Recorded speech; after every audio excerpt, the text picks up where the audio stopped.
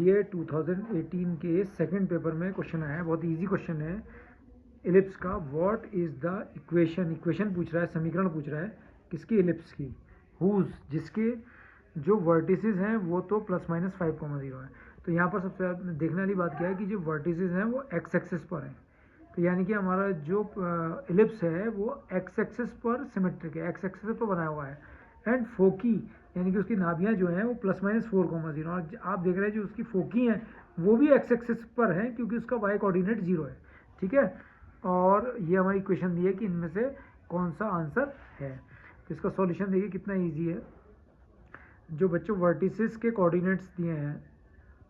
तो वो वर्टिसेस के कोऑर्डिनेट दिए हैं हमें ±5,0, तो इसका हमने कंपेयर कर दिया ±a,0 से इसको हमने कंपेयर कर दिया, तो a की वैल्यू बच्चों आ गई 5, और जो इसकी फोकी है, फोकी जो है वो ±4,0 है, ये 4 है, तो इसको हमने कंपेयर कर दिया ±a,0 से कंपेयर कर दिया, तो a की वैल्यू आ गई 4, ठीक है। तो हमारे पास a और a ही आ गए, तो अब हम यहाँ से b फाइंड आउट कर लेते हैं। तो b को कैसे फाइंड आउट करते हैं, b² = a², और 1 - e² क्यों ले रहे हैं, क्योंकि e की वैल्यू 1 से छोटी होती है। तो b² as it is a² - a²e², तो b² = a² की वैल्यू 5 है, तो a² की वैल्यू 25 हो गई, माइनस ae की वैल्यू आप देखिए 4 है, तो यहाँ पर a² की वैल्यू 16 होगी, तो b² = 9 हो गया, और b की वैल्यू 3 हो गई। तो आप देख रहे हैं कि बिकॉज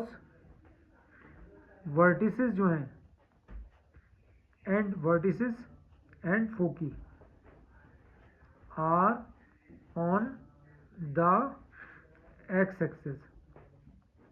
ये दोनों एक्स एक्सिस पर हैं, कौन कौन, वर्टिसेस एंड फोकी, क्योंकि इसका ही वाई कोऑर्डिनेट 0 है फोकी का, और वर्टिसेस का ही वाई कोऑर्डिनेट 0 है,